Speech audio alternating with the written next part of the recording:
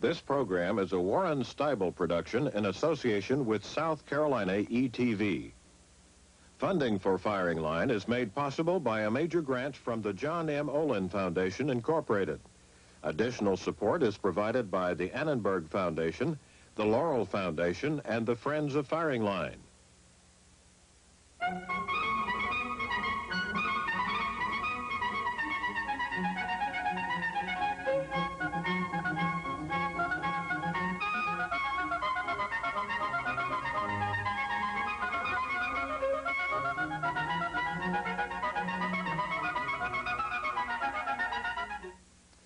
We have debated political correctness in a documentary on the subject here at the University of Pennsylvania in Philadelphia. And then we spent an hour with the participants visiting neglected aspects of the question. In a final session, we turned not to the professional class of critics and writers, but to students who are on the scene and can report their impressions and give their views from a different perspective from that of their seniors. Meredith Crick is a major in psychology and linguistics who believes that political correctness in general is a good idea and induces sensitivity. James Reese is a student of finance, accounting, and English and favors political correctness as an affirmation of equality.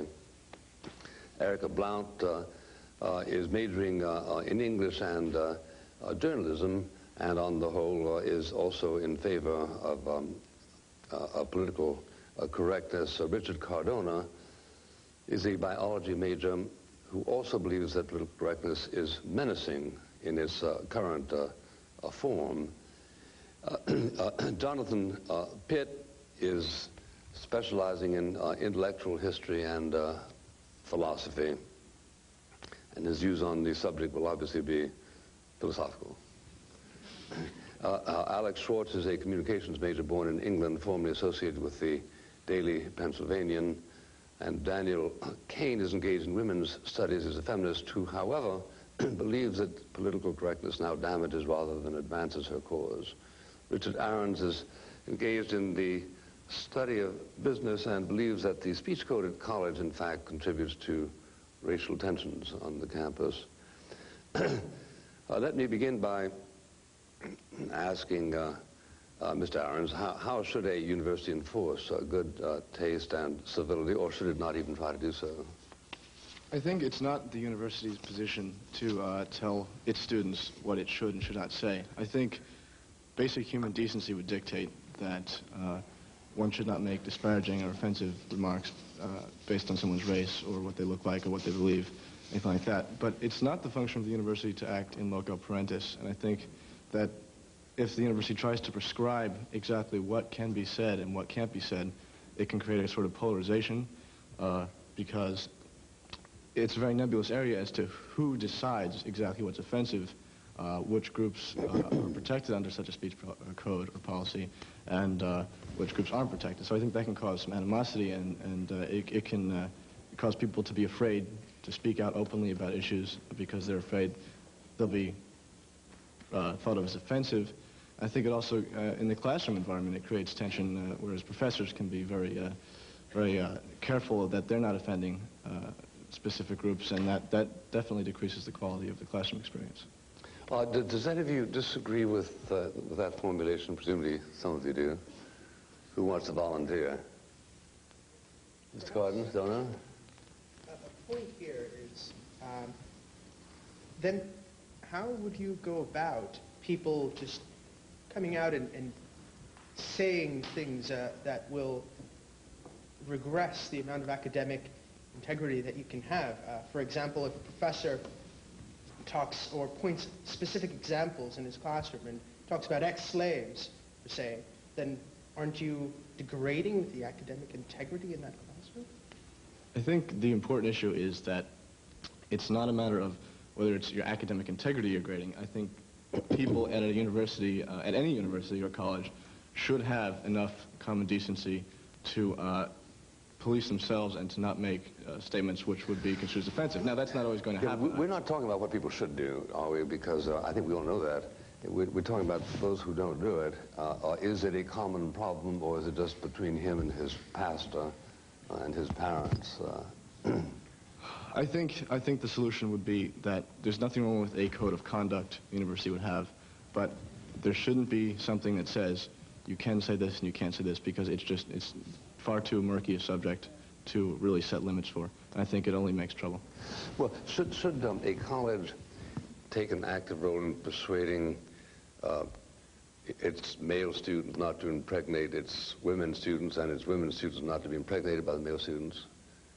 Or would you leave that simply to the common evolution of mature outlook by students? Again, I believe that it's not the university's role to act as parents. The university's role is to educate. I think the entire university experience contributes to that, so it's not just what the university is doing, but also what happens outside the classroom that contributes to that. But the university's business is to give us an education. But education includes moral education. An education can't not touch on certain issues that have moral intimations, can it? So why would a college appear disinterested in respect of such questions? I wouldn't think it would be disinterested. Certainly there are standards which a college should uphold, but... How? Well, my point is that the college cannot enforce its own set of morals on its student body. I don't believe that that's the way it should be. I think that it's perfectly fine for a college to have a set of standards that it abides by, but it can't enforce them to the extent that it's taking away people's freedom. Well, Ms. Craig, how about it? Is there any initiative which you would condone, taken, say, by the faculty acting as a corporate body or by the administration, that would touch on such matters as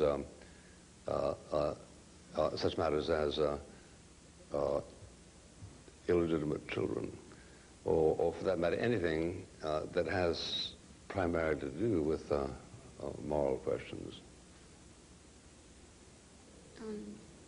You're asking, does the university have the right to tell people? Or even if you prefer, does it have the obligation? In other words, when you come here, let's say you're interested in Spanish and mathematics and so forth. Sure, you're here to get an education. But in the course of experiencing the University of Pennsylvania, aren't you supposed to learn other things? And are those other things that you learn exclusively by mixing with other students? Or is it also because there are teachers there who seek an affirmative role in your moral development? Well, I think that when you go away to any college, you have an entire new outlook on things, because you're meeting a whole new groups of people. You try to get a more diverse outlook, and I think that it's important that our professors be examples. I think that we should try to uphold as high a standard of respecting others and their viewpoints. And that while I realize it's difficult to try to enforce or to tell someone that you must do this, I couldn't say that you should... Oh, you must not do that, yeah. Yeah, I mean, I don't believe that it's right to expel a person because they've said something that someone else deems incorrect, because I think that the role of the university is to educate first and foremost, but that part of that education is learning to live with one another in a community, such as a university community, and that you need to be able to relate to one another, so that, therefore, we should be more sensitive to what other people... Well, what do you think of that formulation, Mr. Rees? Is everything there that you'd want to say said by Ms. Crick? Yeah, I mean, I think she hit what I was going to mention later. Was this? I mean, in order for people to learn to live with each other, they have to be sensitive in terms of how one another, how we feel about being called certain names or being viewed as human beings. I mean, and in terms of the question of whether or not the university should conduct itself in providing a structure where it educates us morally, I think that's, I mean, at least in my experiences and from everyone I talk to, including people in the outside world, you learn more outside of the classroom than you do inside of the classroom. You tend to forget, you remember the general stuff of the specifics in the classroom, but you only remember the general. And once you get outside the classroom, you deal with each other on a human basis. You recognize each other as individuals, as equal and noble citizens. Then you can move in towards a situation and a society where you can view each other as opposed to just calling them names. And, you know, we can be men and women in terms of our treatment of each other. Well, do you think that the enforcement mechanisms are primarily generated by fellow students? Let me give you an example. Suppose the guy across the hall has his player on too loud, and you get a lot of noisy music, and you're having a difficult time studying. Now, is there generated pressure from the students that persuades him to lower the volume of that, or is this a complaint you would think that you could legitimately take to the authorities? I think that, well, first I think students should try to mediate any disputes among themselves first and foremost. I mean, if I have a problem with someone, if I'm trying to sleep or study whatever and they're playing the music too loud, I should go to him as an individual, as a man or a woman, and say, I have a problem, I'm trying to do this. Could you mind lowering the volume? If he consistently does not, abide by university policy, which has quiet hours in certain times of the night, then I would pursue further action in terms of taking it to the JI. Now, in a situation of the kind I've described, is there, for instance, on this campus, the danger that if the offender is white and the transgressor black, or vice versa, it generates some sort of a racial tension, or is that quickly and easily transcended as a result of the experiences that one has in common here? Well, it only becomes, I think, a racial tension if the people take it out of context. I mean, I think, like I said again, they should just see each other as individuals and say, I'm having a problem with what you're doing, not with who you are. And then if someone steps back and say, well, he's only having a problem because I'm black or I'm white or I'm Asian, then that's when it becomes racial, because they're taking the situation out of context. Is there that comes to mind in the experience of any of you, a situation in which the social pressure of students was insufficient to cope with an aggressive act that caused you or some other person's distress? Social pressures. Sorry? Social pressures are very effective, I think.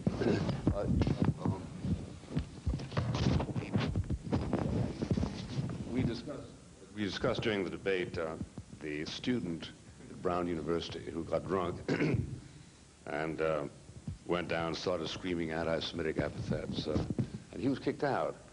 And there was some question whether he was kicked out because he was screaming anti-Semitic epithets, or was he simply because he was disorderly. If you transpose that situation here, were it to happen, what would be student sentiment as to what was proper to be done? Mr. Schwartz, we haven't heard from you on that. In the Brown incident, I think that there are laws which govern decency and behavior in public. Whose laws? There are public laws which govern public behavior involving alcohol, and the student or the individual, whether or not he's a student or she's a student, should be punished for breaking those laws. But for using racial epithets or not using racial epithets and using them loudly or softly, I don't think that's something which we should be dictating from points of authority. If somebody wants to yell back at him, I think you're a nut and you can go home, that's perfectly within their right to do so. And I don't think you should take away either of their rights to speak their piece. Okay, let me then depart from the student life and ask you about faculty life. Is there, in your estimate of the situation, a pretty solid consensus among the faculty here that's ideological in character? I'll give you an example. Well, when I was at Yale, there was a vote taken by the tenured professors of political science. There were 23 of them. Are you for Truman or are you for Dewey? And it was 23-0 for Truman. Does that sort of reflect the kind of unanimity of an ideological nature one would expect here? I don't think so. I've had professors on both sides and representing multiple ideologies, not both sides, many different sides. Earlier you spoke about the Murray-Dolfman incident and the vote. In that incident where a professor was reprimanded by fellow faculty members for racial remarks, most faculty members who I've spoke to since then who came out against his remarks felt some guilt and some remorse about doing so at that time. But because of the political environment of the university, they felt they were in jeopardy. Their jobs were in jeopardy if they didn't, take a stand against this kind of behavior in the classroom. But those same professors look at that and turn around and say, I'm not so sure that we can say what can happen in our classrooms, and we want to say what happens in our classrooms. Well, let me ask a question that doesn't have to do with ideology. I'll try Mr. Pitt on this one. It's as recently as 2 or 3 days ago, a professor, I don't remember his name, in a speech that was reported in the New York Times, said that he thought he could establish that there was an anti-Christian bias among the faculties of the major colleges. If you were a believing Christian, you'd better just sort of not mention it because it was thought of as sort of vaguely anti-intellectual. Do you smell anything of that sort in these premises? I would not say that I do among the faculty. I will say with that issue that I find the notion that faculty members, that instructors of university classes could use their classrooms as venues for political or moral proselytization very troubling. I think that's an abuse of power, and I think that faculty members should clearly try to stay away from that. And I don't get a sense that there is that kind of ideological consensus among Penn faculty. So no. So but were you distinguishing between faculty and students when you said in respect to faculty? No, faculty and administration. Faculty and administration, but not students. No, I don't feel that there's ideological consensus among students either. I think that the administration is a slightly different story, as at many institutions, and I think that there exists some inherent dangers in these kinds of ambiguous speech codes and other kinds of codes which attempt to legislate behavior against or for certain groups. There exists an inherent danger that university administrations will use those codes as means by which to propagate their own kinds of unspoken orthodoxies. And that's where I see the problem, not as much in the faculty, but more in the administration. Well, suppose you had somebody here who took the position taken by a couple of people in the debate on this subject that women really suffer from really accumulated centuries of prejudice. And that person felt that he was going to try to let that point pulsate in his own teachings, and even though, let's say his subject was political science. Would you think of that as an offense against the code of academic freedom that protects his freedoms, his immunities? Would I think of what as an offense against academic freedom? If he brought in the feminist question, if he so brought that it in was the a distinct feminist question, coloration? I think that faculty members should bring in multiple viewpoints in their own classes, I think that bringing in all perspectives is very important. I didn't ask you that. I didn't ask you that. I asked the question of whether somebody who was really incensed on that particular subject and tended to color his discussions. That's of course a different question. You're now painting a picture of a faculty member who is trying to proselytize. And again, as I said before, I think that that's an abuse. Why is it an abuse? Suppose you want to proselytize on behalf of civil rights. Is that really an abuse? I feel that proselytizing, in a normative manner on for or against political issues is just not for the classroom.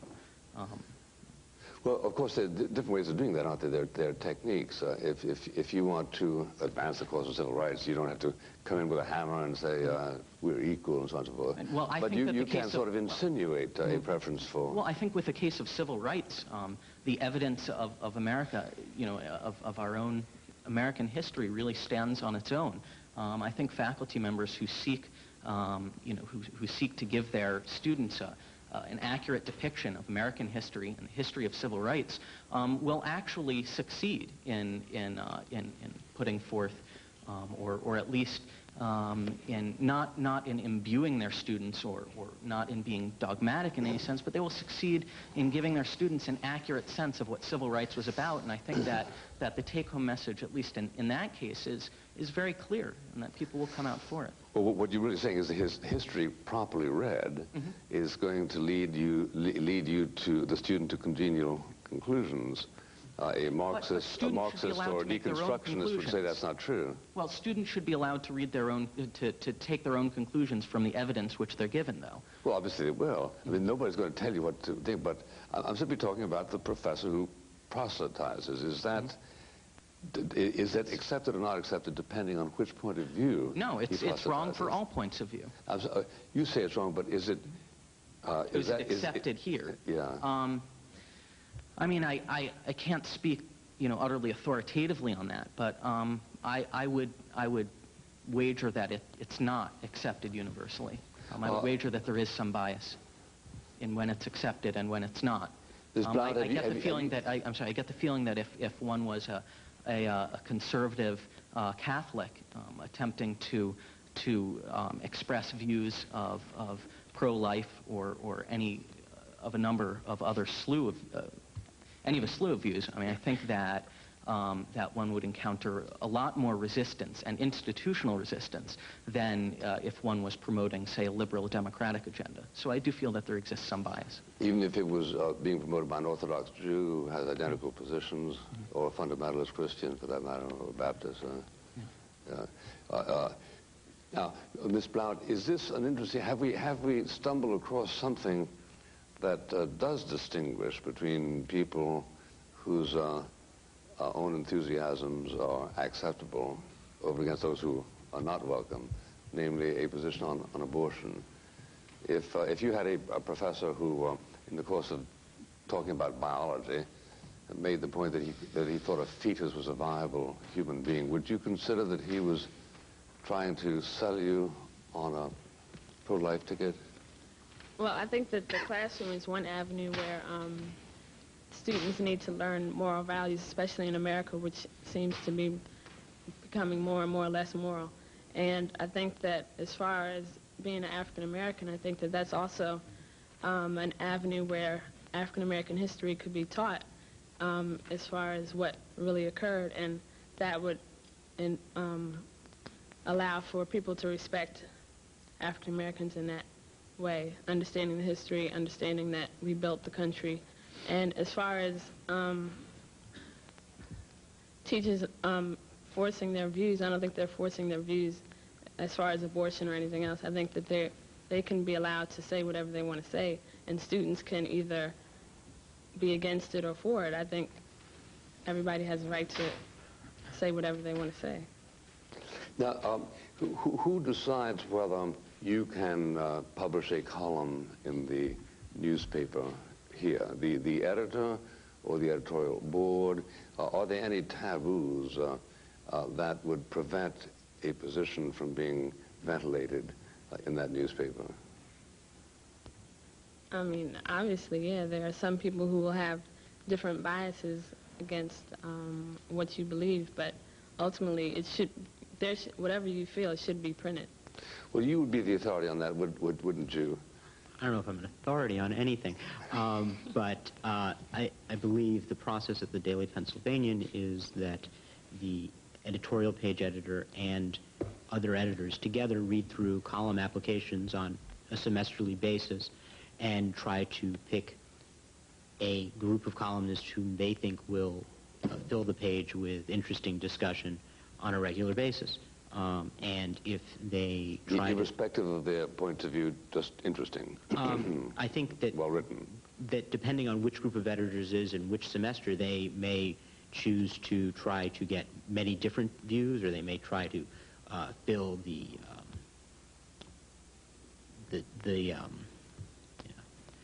specific views which they want to represent.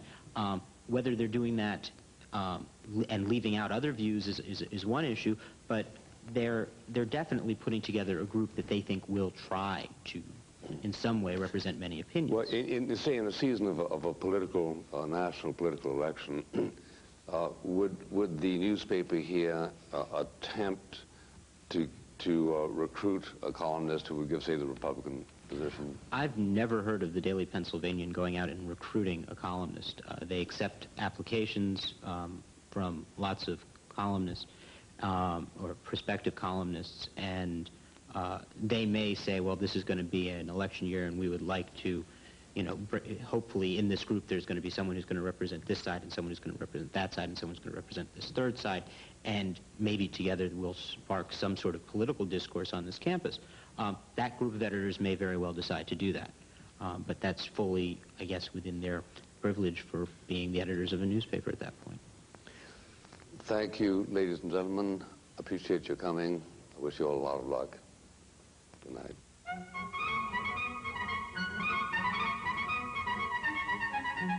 Next week on Firing Line, host William F. Buckley Jr. talks with criminologist James Q. Wilson, author of The Moral Sense, about modern morality, in particular, the rate of single parenthood.